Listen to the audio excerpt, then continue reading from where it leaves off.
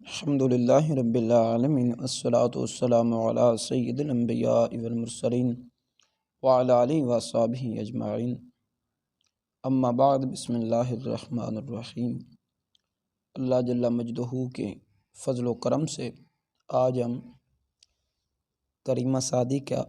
15واں سبق اور پھر اس کی جز بے یعنی حصہ دوم پڑھیں گے۔ عبارت پڑھ لیتے ہیں۔ چرا می کشی محنت از بہر مال، کہ خواہد شدن ناگہاں پائے مال۔ چنا دادائی دل بنقش درم، کہ ہستی ز ذوقش ندیم ندم۔ چنا عاشق روئے زر گشتائی، کہ شوریدہ احوال و سرگشتائی۔ چنا گشتائی صید بہر شکار،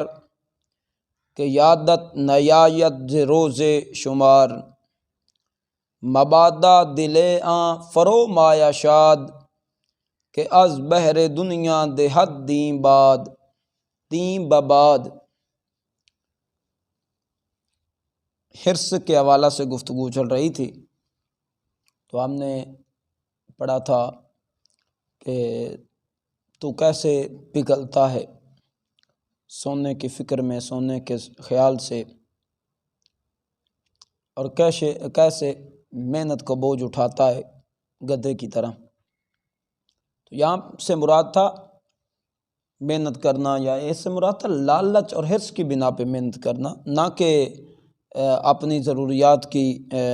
روزی کمانے میں محنت کرنا۔ چونکہ ضرورت کے مطابق کہا تھا کہ روزی کمانا یہ تو صرف جائز ہے، بلکہ سنت اور ایک جگہ پہ تو فرض تک پڑا ہے۔ خیر آگے پڑھتے ہیں۔ چرا کیسے، می کشی محنت از بہر مال، می کشی تو کھینچتا ہے، محنت کو، از بہر مال، بہر مطلب کے لیے، مال کے لیے، از بہر کا مطلب کے لیے۔ تو کیسے محنت کا بوجھ اٹھاتا ہے مال کے لیے،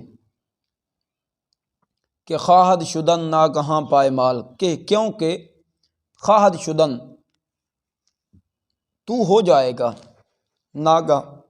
ناگہاں اچانک، پائے مال، اس کا مطلب پائے مال کا مطلب ہے پاؤں سے روندا ہوا،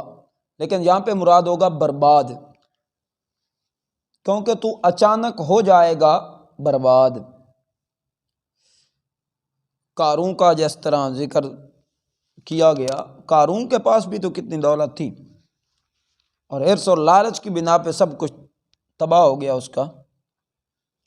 حرص کیا اس نے، لالچ کیا، زکوٰۃ ادا نہ کی۔ تو اگر ایک آدمی دنیا میں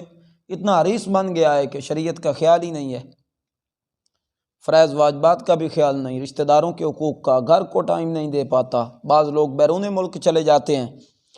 جو مجبوری کے تحت جاتے ہیں ان کا تو الگ مسئلہ ہے، کوئی صرف حرص کی بنا پہ جاتے ہیں کہ دنیا زیادہ ملے گی، اور پھر اس دنیا کے اصول میں حلال حرام تک کا فرق نہیں کرتے۔ اللہ ہدایت نصیب کرے۔ خیر، چنا دادائی دل بنقش درم، یہ ویسے جو سامنے پکچر میں لگا ہوا ہے وہ دادا ہے، جبکہ اس کے آگے دادا ای ہے، الف اور یا چھوٹی، اس طرح، یا پھر حمزہ کے نیچے زیر، اس طرح پڑھیں گے۔ چنا دادائی، چنا اس کا مطلب ہے اس طرح یا کس طرح، دونوں معنی، ایسے کیسے، دونوں طرح مراد لے سکتے ہیں۔ دادائی تو دیتا ہے دل کو، بنقش درم، نقش کہتے ہیں صورت کو، یا صورت کو، درم، یہاں پہ درم ایک سکہ ہوتا ہے چاندی کا، لیکن یہاں پہ مراد ہے مال، مراد مال ہی ہے، ویسے یہ سکہ ہوتا ہے۔ تو کیسے دیتا ہے دل کو درہم کی صورت میں، کہ ہستی ز ذوقش ندیم ندم، کہ ہستی، اس یہاں سے مراد تیری ہستی، اگر آسانی کے ساتھ ترجمہ کر لیں تو مراد ہوگا، کہ تو ز ذوقش، شین کا مطلب اس یا اس، ذوق مطلب لذت، کہ تو اس کے ذوق کی وجہ سے ندیم ندم، ندیم کہتے ہیں گہرے ساتھی کو، ندم ندامت کو کہتے ہیں، شرمندگی کو، کہ تو اس کی وجہ سے، یعنی جو تو نے دل دیا ہے مال و دولت کی صورت میں یا درہم کی صورت میں،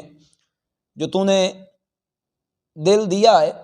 تو اس کی وجہ سے یا اس کی لذت کی وجہ سے ہو گیا ہے شرمندگی کا ساتھی۔ اتنا تو مال و دولت کے پیچھے بھاگ دوڑ کر رہا ہے کہ اب حرص جو ہے تیری ایک ایک حرکت سے جھلکتا ہے، اور لوگ تجھے حریص کہتے ہیں، لالچی کہتے ہیں، تو اس لیے جو ہے نا ایک ایک حرکت سے جھلک نظر آتی ہے حریص ہونے کی۔ تو جو لالچی آدمی ہو جاتا ہے، ظاہری بات ہے لوگ اسے لالچی کہتے ہیں، وہ ہر کام میں اپنا مطلب تلاش کرتا ہے اور پیسے کے چکر میں ہوتا ہے۔ تو کہا تو نے اس طرح درہم کی صورت میں دل دے دیا ہے کہ تیری ذات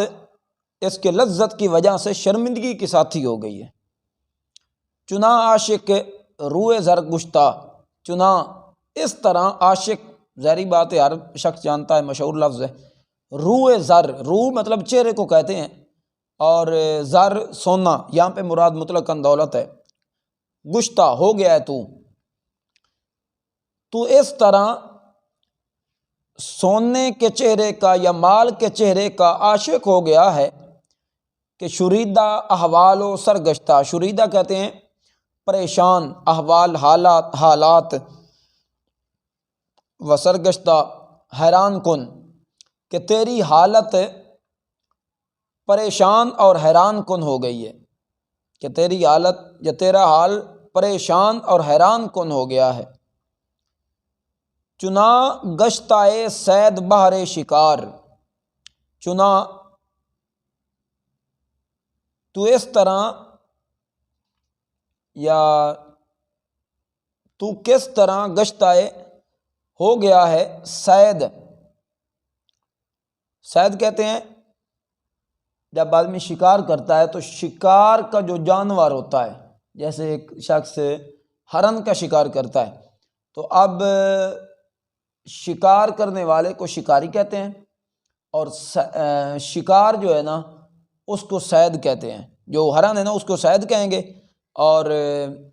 شکار کرنے والا جو ہے اس کو شکاری کہیں گے۔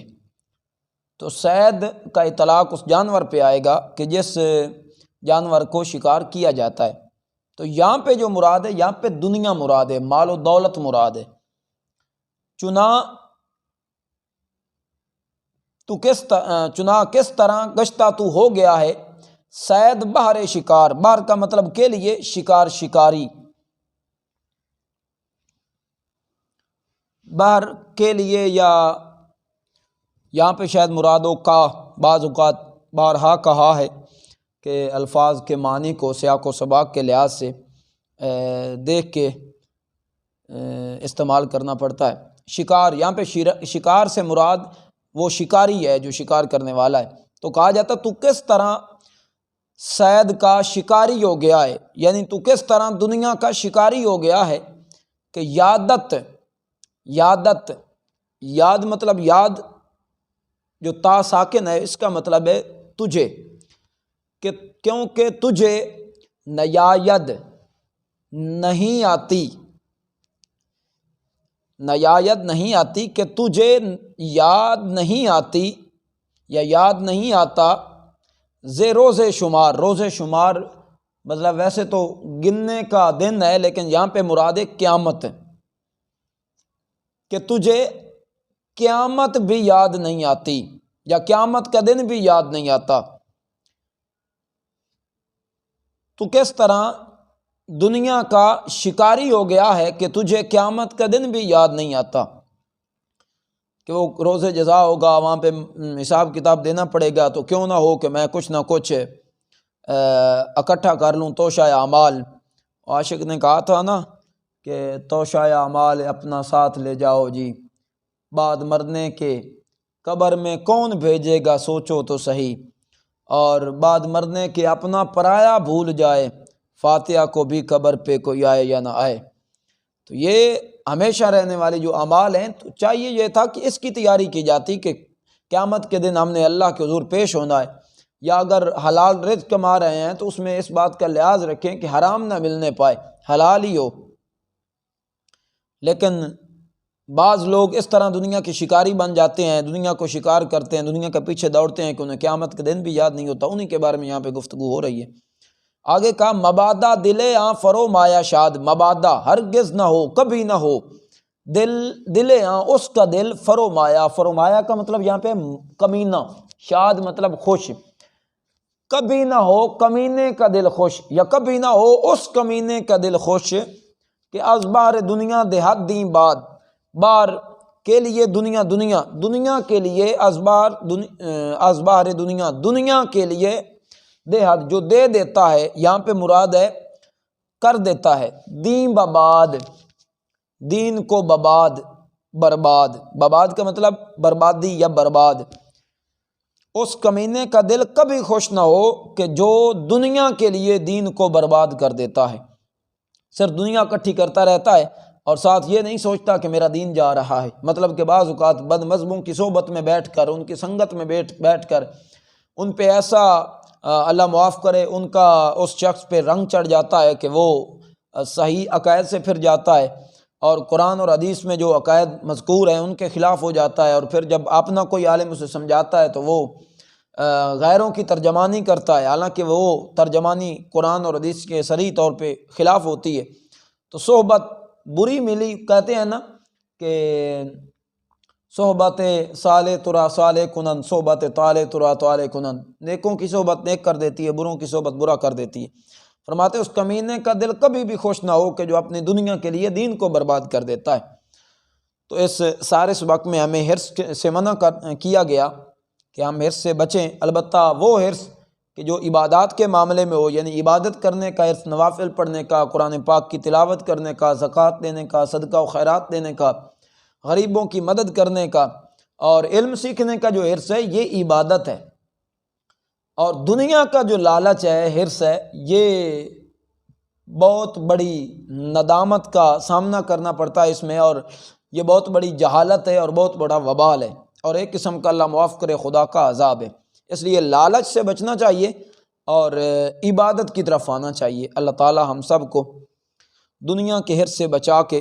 دین کے علم کا حریص بنائے، آمین بجاہ النبی الامین۔ السلام علیکم ورحمۃ اللہ وبرکاتہ۔